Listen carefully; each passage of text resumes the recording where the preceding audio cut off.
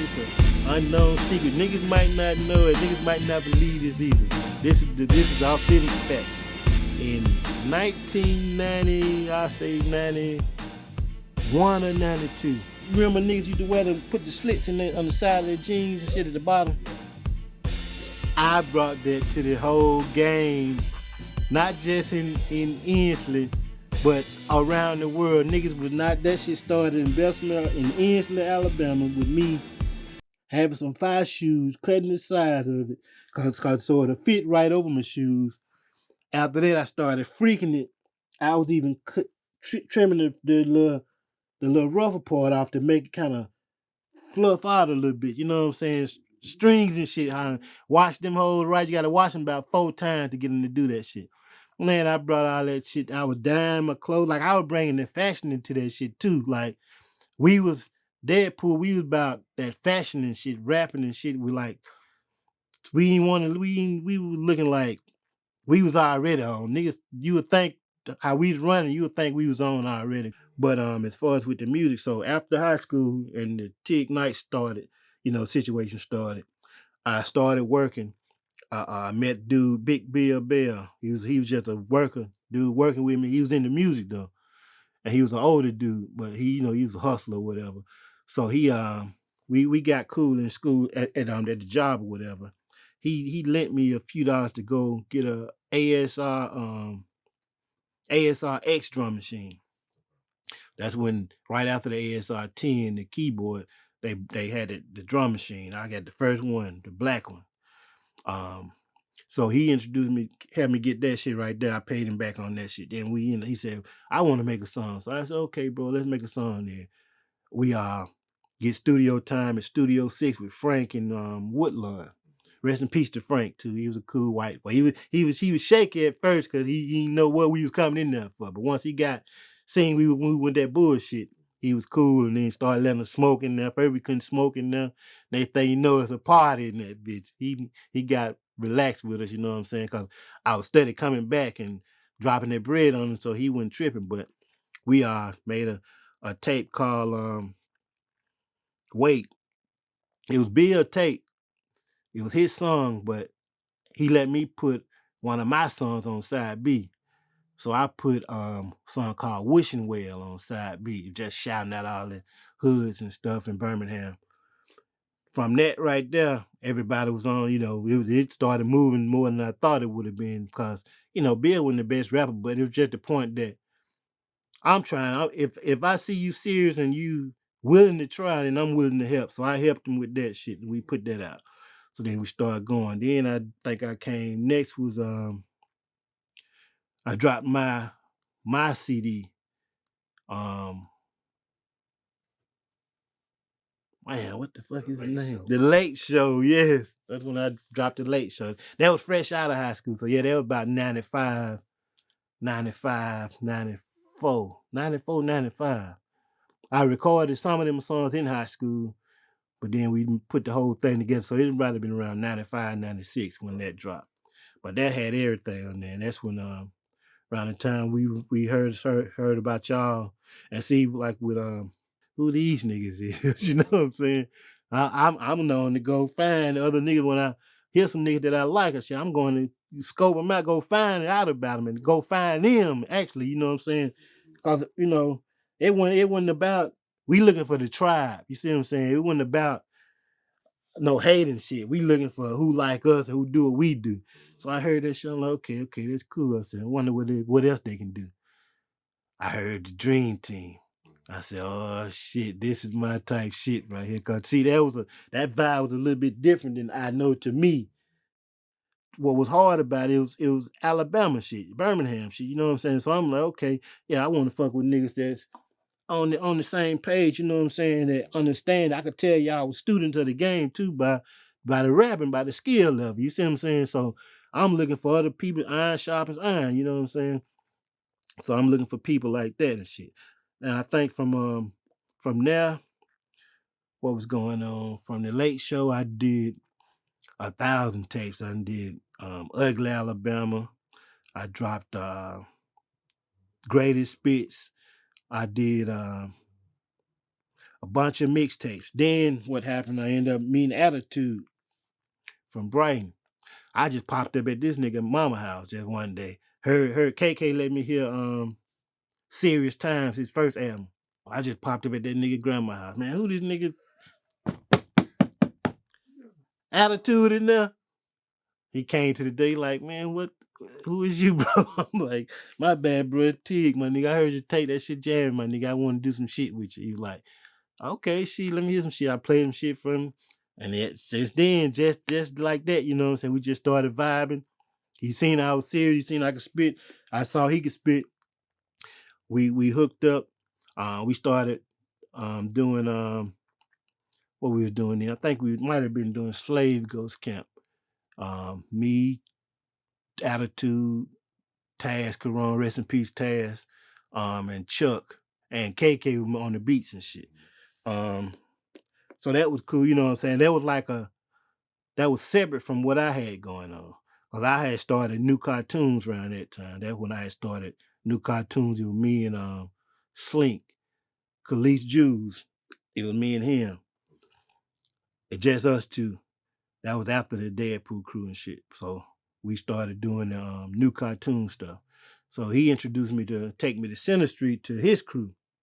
So that's why I meet all his crew at. You know what I'm saying? That's why I met Maine Brown and D Mac and Wade and all them cats. You see what I'm saying? But I met them dudes down there. So shit fell out down there with Attitude and Center Street and them and shit. So we kind of went away for a minute and started a group called Alabama Power. That's where Alabama Power came out. That's where I brought in Dre Gotti and we know we still was working together, but we started that group, Jeff Lacey, Blue Jay.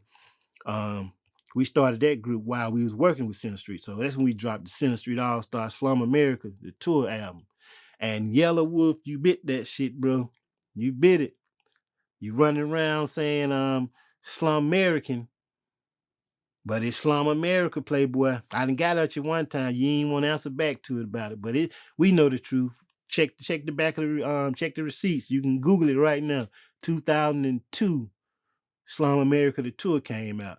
Years later, you come up with, and I know you heard because you was running with Attitude now. You see what I'm saying? So I know you heard the shit.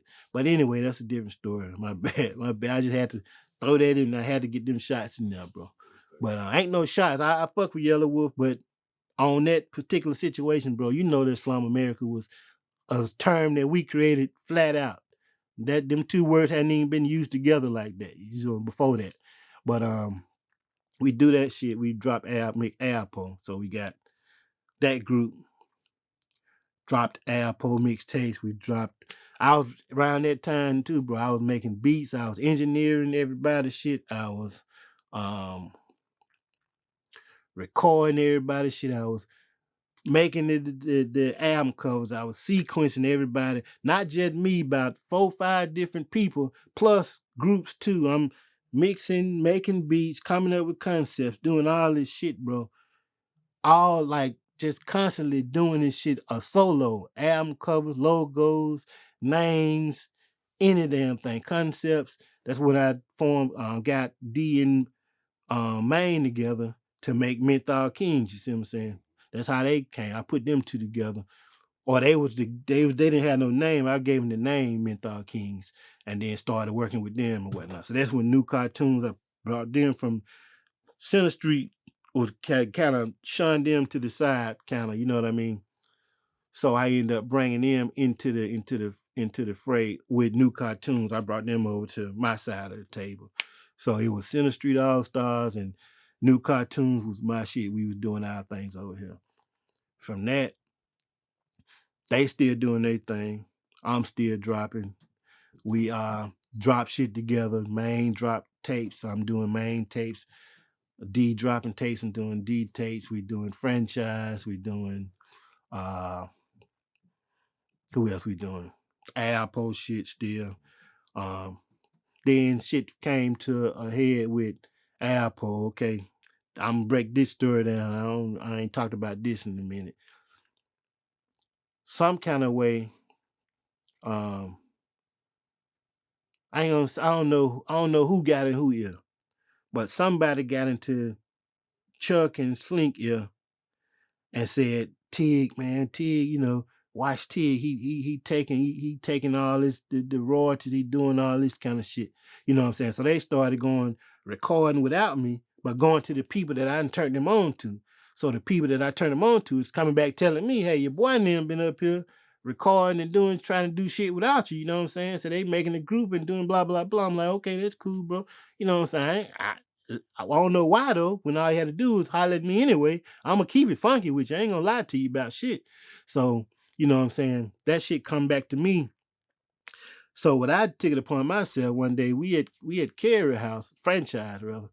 I said, Chuck came, Chuck and Slink started doing their thing. So Chuck ended up coming down. And I'm like, come here, bro, let me show you something. Open up the BMI shit on shit. Showed them every song that we ever did. Cause I would even show them how to do BMI and get your publishing and all this kind of shit. Niggas ain't know how to do none of that shit. I showed them. Pulled the shit up on the screen. Look at that. 25, 25, 25, 20. Every song, go back. But then I said, you know what, bro? For y'all even to think that of me, if it's, now, hold up. 25, 25, 25, 25. But say if it's 3 of us on a song, I get producer's credit too, you see what I'm saying? So that might be a 25 to me as production, 25 for writing. Then either way it add up, I always broke down equally. You know what I'm saying? So I said, you know what, bro? Instead of me having to prove this to y'all, bro, this is what y'all do. The shit, all these songs right here, y'all can have 100% all that shit. Because if we falling out, we ain't made no money off none of this shit. If we falling out about some percentages off of nothing, you can have 100% of nothing, bro. And I'm gonna start doing my own thing. So then I started doing my own thing, and like I said, I'm still going to this day. Ended up doing the November 14th shit. That was that's my son's birthday. That was a reminder to me that hey, we got to get this bread because he got to eat. You know what I'm saying? So November 14th film started that shit. Started shooting videos around the city for everybody, helping putting my thinking was I'm gonna help other people put their vision and stuff out. So when it's time for me to do my stuff, they can't hate. You can't hate because I'm helping. That was a bad idea because they don't see it like that. Niggas don't see it like that. Niggas stop wanting to even promote their own shit. I was doing a lot of shit for free, trying to help shit. We did the ciphers and shit, trying to help niggas. Niggas didn't want to promote it. So I'm like, man, I'm wasting my time and energy on these cats. Let me focus on me. Yeah, man, it was just it's just crazy, bro. Like, especially like I said, man, I'm so passionate about this music shit, bro, that I took away from my own career helping other people. You see what I'm saying? Putting myself to the back burner when it was people coming to me and say, hey, bro, I want to sign you. I don't know about the rest of them. I'm like, nah, bro, it's a package deal. You see what I'm saying? I want to manage you. I don't know about the rest of them. Nah, man, it's a package deal. You get all this shit with me. And then, to my own detriment, because like I said, it's been plenty of opportunity where I could have been probably, ain't no telling what I could have been right now.